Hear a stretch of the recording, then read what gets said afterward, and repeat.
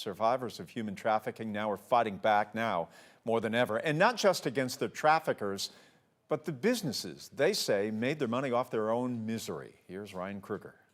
This Days Inn here in Clayton County has recently closed, but what happened when it was still open, according to this new federal lawsuit, is downright horrific.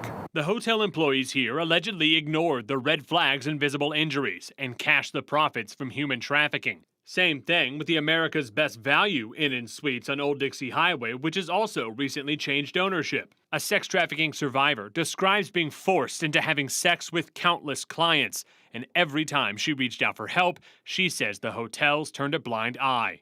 The lawsuit filed in federal court this week, just the second of its kind in Georgia. Back in August, we told you about how more survivors filed suit against 4 other hotels. These are people that literally were sold. Some people were branded.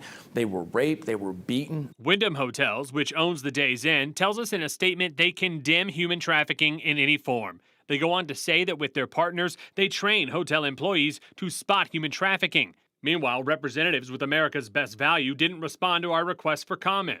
Atlanta is reportedly a major hub for sex trafficking. Earlier this year, when the Super Bowl was in town, major hotels, restaurants, and hospitality brands vowed to increase staff training to spot the warning signs. And the hotel chains mentioned in this lawsuit do train their employees to spot human trafficking, but the suit alleges those employees ignore that training.